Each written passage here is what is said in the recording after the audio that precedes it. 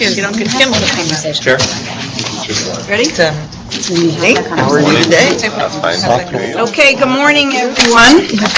Our first order of business is to take up the minutes from our December 18, 2012 public session. Are there any proposed changes to the minutes? A question, Madam Chairman? I raised the issue regarding the letter that we received from the Legislative Ethics Commission. I'm sure I saw my reading materials. It's here somewhere.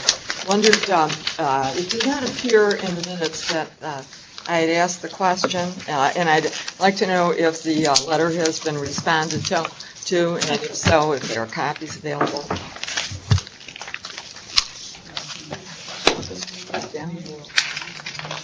Just let it like that. There we go. This letter. Commissioner Rath, is that the letter regarding the gift regulation? No, this is the one asking that we are currently drafting regulations, and they are looking for time and interaction with us in order to help the regulated community to understand. Yes. Yeah. I mean, that was going to be part of my update, but I'm happy to jump right to that. Oh, okay, because I was kind of looking for it in the minutes, because I was looking for it in the minutes. Okay. I did bring the issue up. I think the minutes do reflect, and they should reflect, that the issue had been raised on... I must have missed that. That the issue had been raised, that staff should actively engage with and have a dialogue with legislative ethics on the development of the gift regulations. And in fact, we have been actively engaged in such a discussion. Okay. We haven't responded to them in writing because we've been engaged in a very productive dialogue with them in an effort to come up with draft gift regulations that would be perhaps even joint regulations of sort, but certainly draft regulations that would be very informed by the Legislative Ethics Commission. So we've been engaging in a very productive dialogue with them, and we anticipate finalizing that draft and getting the draft up on our website so we can solicit further public comment to that draft and then come back to the Commission with a proposed draft that would then follow this afternoon. Okay, good. Thank you. Question, did you want the minutes to reflect something different? Yeah, I must have missed seeing it as I breezed through. I just wanted to make sure that we weren't losing track of this letter that came from Senator Lanza and Assemblyman O'Donnell. The minutes they don't expressly reference the letter, but they do expressly discuss that we would be working closely with LEC, and they mentioned that you expressed that you were pleased that we were going to be working with LEC on page 4 of the minutes. But if you want to go back to the letter, I've seen it that way, but I thought the fact that the letter had come to all of us was important, that the letter be noted, so that we can add it. Well, could you add that? Yeah, that would be good. Thank you. Any other discussion regarding the minutes? Is there a motion to approve the minutes with So moved. addition? A second? Second. All in favor? Aye. Any opposed? Motion's carried. Moving along to our executive director report. Thank you. Good morning. I'll start with the staff update. We continue to add to our team, and I'm delighted to report that the Buffalo office is open, and we have hired an investigator to be the first staff member in the Buffalo office. So we're looking forward to that, and we're looking forward to adding to that office as well. I'm going to ask Janine Clemente to give us an update on the quarterly financial report. Okay, thank you. For the third period of fiscal year 2012-13, we spent a total of $1.8 million on personal services, which is 59% of our personal services cash allowance. And we've spent $467,000, approximately $500 in non-personal services, which is 55% of our cash allowance. for a total of $2.3 million. Okay. Thank you. Any questions of Janine? I want to follow up on update on some of the pending regulations. The source of funding regulations, as you know, are proceeding on two tracks. The emergency regulations are in place, and the proposed regulations have been published in the state register, and the public comment period for those ends on February 8th, which means we anticipate, we're confident that we'll be able to have those comments back and have the regulations back for the Commission's further consideration and finalization at the February meeting. That's for source of funding. I just mentioned a little bit about the drafting and the development of the gift regulations that Commissioner Rath mentioned. But just to reiterate, we are developing those regulations. We've been involved in very productive conversations and dialogue with the LEC. To go to one issue I want to flag, because most of the issues we've ironed out, and we have a pretty good draft in place. The one issue that there is continued discussion and debate is whether or not we put a number value, a dollar figure on nominal. What does it mean to be nominal? There's really good arguments for both approaches. One argument is the legislature clearly intended nominal to be a fluid concept that has different meanings under different contexts. Another argument is to provide some kind of clarity would be helpful, because dollar figures are a helpful guide. I don't think that we need to resolve that issue. I want to flag it for the Commission, and my recommendation is that we post these draft regulations, which have come out of this very productive dialogue with LEC, that we post them and solicit additional further public comment, and then come back to the Commission for the February meeting, informed by that additional public comment, so that we can then come up with final proposed draft regulations that we would then put through the SAPA process. Are there any questions on that? Let me ask one question. Sure. And again, I haven't read through it as completely as I should, but there was a discussion about large group dinners or whatever, which the Senate has been known to do, and the Assembly, and there are a lot of people there, and it's being hosted by 4 or 5 organizations. And when you say a dollar figure, is that the kind of thing you're talking about? No, actually, that's been addressed, and the new legislation actually provides some nice clarity on widely attended events, and I think has been very helpful in providing clarity in this area. What we're talking about is nominal for the general gift prohibition. The definition of gift is anything of more than nominal value. So the question remains, what does that mean? A cup of coffee and a sandwich. Well, remember, we're actually, those issues have also been further clarified in the most recent legislation. So you have the exception, for food and beverages under $15, or actually a gift exception. So we have that clarity, which is helpful. So we're not talking about that, but we are talking about what are the other things that are less than nominal value, such that they don't qualify as a gift? And do we want to provide the public, the regulated community, with greater clarity by assigning, through a regulation, a dollar figure? I think there really are arguments on both sides to allow some flexibility, or to provide greater clarity.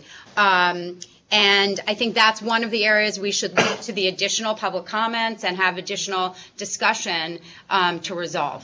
Thank you. Okay. So that's the update on the pending draft regulations. I do want to mention January 15th was the filing deadline. That went smoothly. Those filings did include disclosures under the source of funding and reportable business relationship requirements, which are some of those new disclosure requirements that obviously the Commission has been involved with recently. So we've gotten those new disclosures in this set of filings that came in January 15th. Those filings and the information therein is being processed by staff. As it's processed, it will be posted online, but it will be posted on a rolling basis as it's processed, and I anticipate that will happen shortly. I want to, on the training update, staff has been engaged in a number of ethics trainings. Those have been very productive, very well received.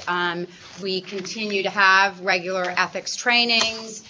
We had lobbying trainings on some of the new disclosure requirements, which we thought were very productive. We got some very positive feedback. We will be continuing to do those programs. And we are also working to expand our training curriculum so that we have more programs and more training available. And certainly as we expand and develop further regulations, we will expand training programs to address those and to provide the regulated community with guidance on the new requirements. Are we doing web-based training? We are doing web-based training, but we are developing those programs and they are not yet available. But that is absolutely part of the training curriculum that will be available. Ellen, in terms of the filing deadline that we just passed, how many requests for formal and informal opinions? Was there any issues or consternation out with the filing community in terms of how it's going with those issues? Well, let's break it down. There were at least one or two requests for opinions relating to filings. There were a number of inquiries that came through informally, which is we are set up on a daily basis to field all kinds of questions. And in the natural course, Commissioner, that's really the appropriate mechanism to raise issues or questions on individual filing. And particularly with a filing such as this, which included new disclosure requirements, we anticipate and we were set up for, and we did in fact get a number of different questions. And we were very focused on helping the regulated community comply. That's our focus. That remains our focus. I think that's a good priority. So most of the questions came in that way, informally, and that's the appropriate way. I'm not going to tell you that I handled all of those calls directly because we have staff to do that, so I'm also not in a position to describe fully for you all of the different questions that came in. But I can tell you we were very busy and we were very actively engaged with the community fielding different questions. Now, there were a number, I think one or two that may have come in through requests for advisory opinions of sorts. I'm not entirely sure that that's an appropriate mechanism for the Commission to address a question of compliance with a filing requirement. I don't know that an advisory opinion is the right mechanism for that. So I don't know that it's appropriate to engage in that discussion right now. But what I will say is we did get comments on the reportable business relationship. In the weeks or so before the filing requirement, real questions about confusion about the definition of a state person came in the normal course. Questions to staff became an issue that we recognized was a real issue, that there wasn't guidance in the statute on the definition of state person, and that our regulation just quoted the statutory language. And it was a great example of when the regulated community can bring to your attention an area where we could provide greater clarity. And we did that quickly. We did it through an e-blast. It's actually one of the matters on the agenda today, where we're actually asking the Commission to formally amend the guidelines consistent with this issue. But I think it's a nice example of the prompt responsiveness of staff to an issue, a valid issue raised by the regulated community. Okay, thank you. Okay. Reportable business relationship kind of? So, which is a nice segue to the next item on the agenda, and that's exactly that. There is in your book, it's attached as tab B. Those reportable business relationship guidelines are guidelines that the Commission has already ratified, and they appeared on our website and provide guidance to the regulated community to comply with the reportable business relationship reporting requirement. However, the one change that we made, and as I just referenced, we made it through an e-blast because we wanted to get it out to the regulated community in advance of the filing date, but we are now asking the Commission to formally ratify the amendment. And the change is, it appears on page 1 and 2 of the guidelines, and it is the addition of the definition of state officer and state employee. And that appears in the guidelines that you have in your book, and we would ask that the Commission vote to ratify as amended these guidelines so that they can be posted in their complete form. Any discussion? Yeah, I have a question, and it's not on the reportable business relationship guidelines relating to lobbyists. It has to do with the one relating to client. And it's going back to the definition of client. Okay. Looking at, I believe it's the legislative law, the Lobbying Act. Yeah. I can find a definition of client, and I can find a further definition of organization. And maybe I'm just missing it. I can't find anything that picks up our last clause dealing with proprietors, partners, directors, executive management. Now, I understand that there are going to be a fair number of instances whether subchapter S's, LLCs, or even multinationals, that will have directors that interact and act in a way that they would be covered by this. But in dealing with especially larger corporations, Fortune 500s, it seems that we should, since if there's something statutorily, then I understand. So first, is there a statutory basis? Well, let me just back up and say, this is an issue that has been raised to us by the regulated community. We heard this issue actually from the outset when we were engaged in developing these guidelines. This has been a question from the outset, which I think we framed to the Commission in some of the comments, but we continue to get this question from the lobbying community, which is, why does the definition of client go beyond just the organization, and why is it that the guidelines go to this level?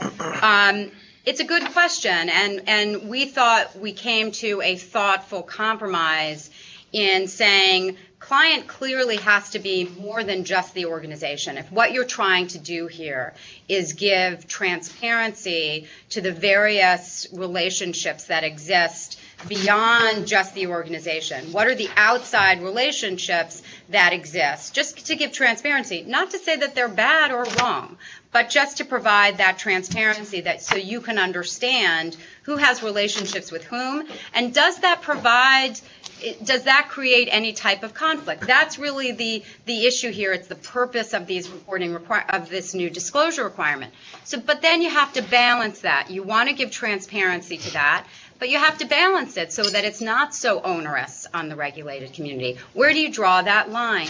And that's where this guideline came out of, a very thoughtful process, but a process which is trying to draw that line. And I think what Commissioner Weissman is saying, we've heard it from the regulated community as well, which is maybe it should be drawn narrower, maybe there should be some exception. If you have an organization that has 100 directors, should each of them then have to disclose their outside relationships? Some people say yes. Some people say it's a burden, but it's what the disclosure requires. I think that we have answered this with the compromise in the guideline that was voted on by this Commission.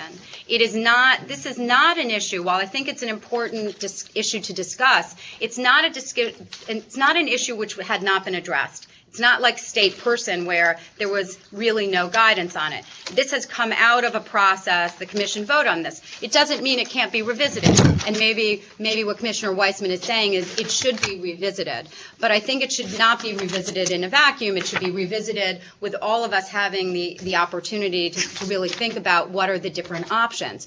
There is another issue as well, which you've raised, which is it may very well be it's an area that we should get statutory clarity. Maybe this is an area where, to the extent that the regulated community, the public or others, are looking for clear definition here, it should come from the legislature and not through guidelines. My first blush with this, and I heard it was called statutory. I just took it for granted, whatever, and I don't know where that came from. But over the last couple days, now having some hard copy and going back into the books that we've gotten and everything else, I started to get a little concerned because I started to think that there must be a way, because you've heard a lot of it. I think a number of us have heard recently because of the filing requirement that there possibly we should be looking at developing something which I would call a workaround for people who are so far removed on a corporate board that, whether they be in Europe, Asia, Fortune 500 companies. That might be right. Maybe there should be something where you're so attenuated that you're out of it. But again, because these are guidelines that were voted on by the commission, it might very well be the case that that's clarity that should come through statutory clarity. I do think when we say statutory on some of these concepts, I think it's also borrowing from other precedent. I think business law, corporations law, there are other laws that inform an organization operates by agents and who are agents and who can bind a corporation. Some of those concepts are relevant.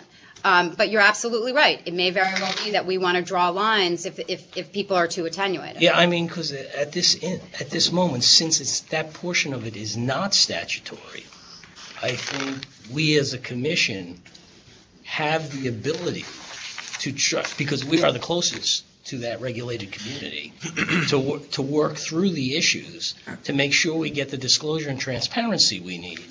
On the one hand, while, as you say, people who are so attenuated that we should be, that we can just say, okay, they're on the other side of the wall, and a corporation is telling us they're on the other side. It's a good point, and it's another area as we continue to engage with the regulated community through trainings and other meetings.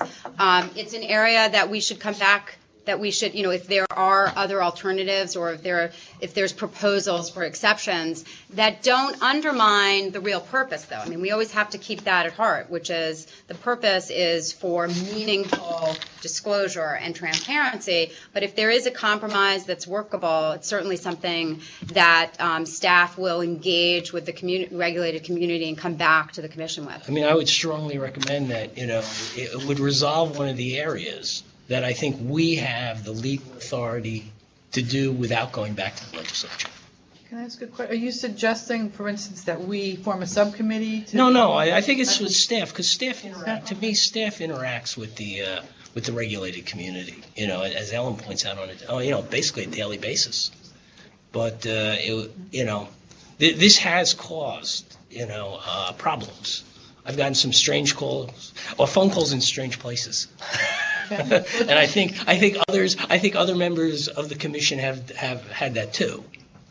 So I just want to figure out how do we deal with it? Is there a memo that can be written? Is there that well, my recommendation would be that staff reach back to whomever they've been talking to figure out whether whether there's some way of meeting our goals of transparency and dealing with people that just, you got to ask the question whether or not, reporting is serving any true purpose.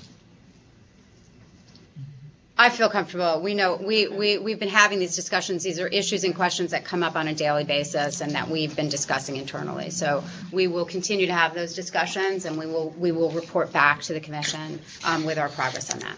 When would be the next filing deadline under these? Well, these are Always due. Yeah, these are always due because there's an ongoing requirement. So is it but are they required monthly or bi-monthly? they're in the register. They're in the reg, but they can be amended. Yeah. They're in the reg in the client semi-annual, but there's an ongoing obligation to amend if something new comes up. So it's an active, Okay. ongoing requirement.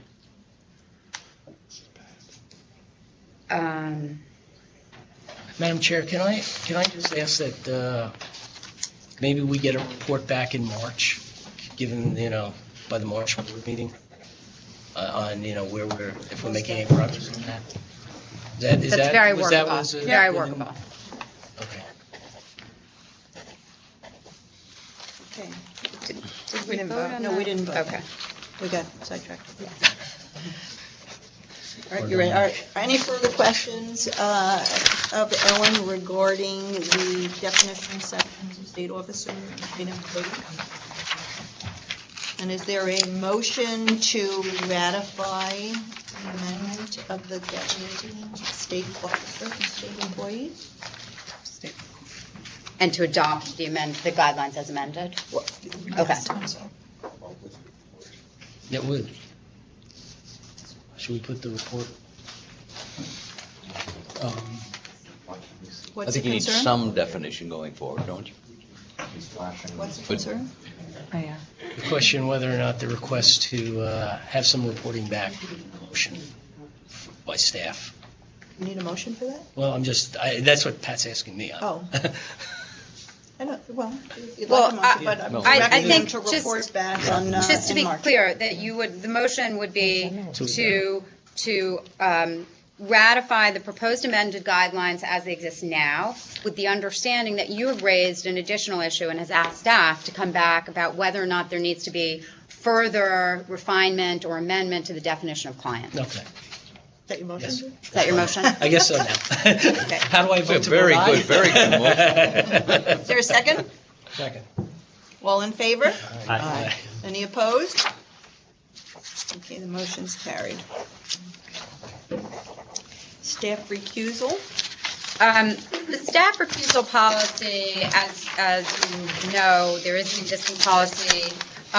There was a subcommittee set up to work with staff to administer the recusal policy. We had a very productive meeting. I'm going to defer perhaps to Commissioner Yaroshevsky, who was on the subcommittee, but the issue that we want to bring back to the commission is that the subcommittee has proposed a standard to follow, and that standard is attached as Exhibit C. But I will defer to Commissioner Yaroshevsky, who is part of the subcommittee and who was developed a standard. Sure.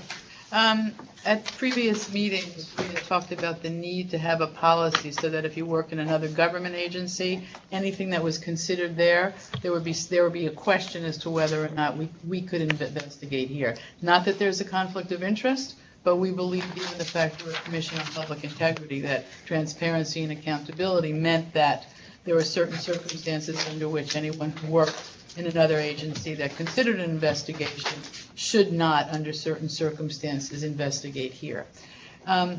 As many of you know, I've raised this before, I looked at the ethics rule, which is not applicable here, but the ethics rule on prior government service is meant to ensure that if you previously worked for the government, that you don't take advantage of government confidences in private practice and vice versa, which is to say if you go from private practice to government, that there's a standard there that says it's a conflict for you to consider the same matter, even if you're on the same side.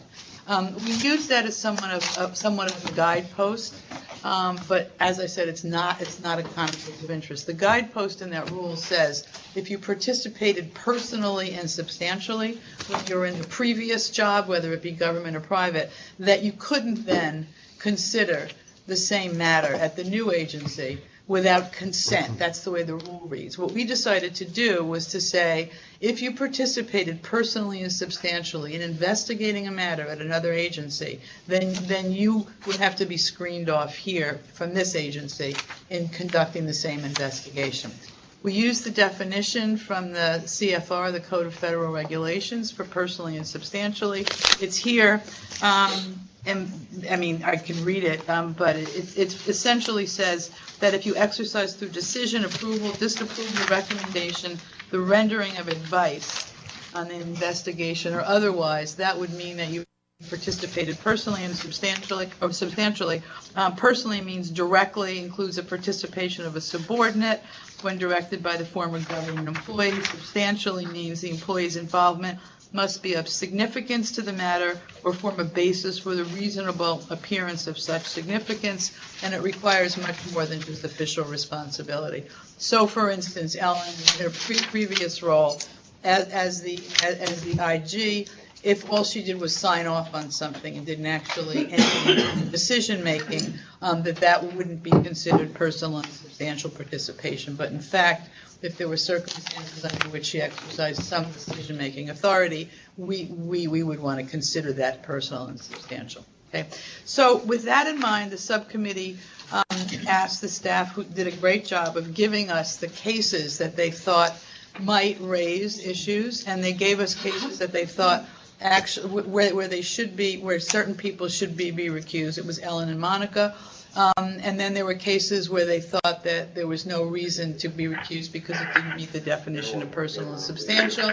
We had a productive conversation. It was Commissioner Weissman, Commissioner Darcy, myself, and we made decisions. We mostly went along with the recommendations of with the not the recommendations, but with the chart that we were given by the staff. And then we decided that it would be useful for us just to have a policy in place. And so we suggested here the policy that's before you. And just to be clear, we have a policy in place. There is a sorry. staff recusal policy. Right. This is the standard that the Right, subcommittee sorry. will be using in following policy. And it worked pretty well, right? Yes. So thank you very much for And providing thank you. information you did. Okay. New and other business? Okay, none being called for, is there a motion to enter into executive session pursuant to Executive Law 9419D to discuss some personnel and investigative matters? Second? Second. All in favor? Any opposed? Thank you. We're moving into